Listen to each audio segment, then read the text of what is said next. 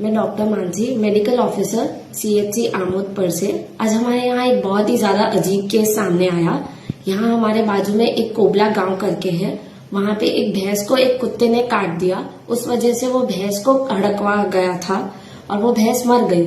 लेकिन वहाँ के पूरे गांव ने, वहाँ के सारे ग्राहकों ने वो भैंस का दूध पिया था।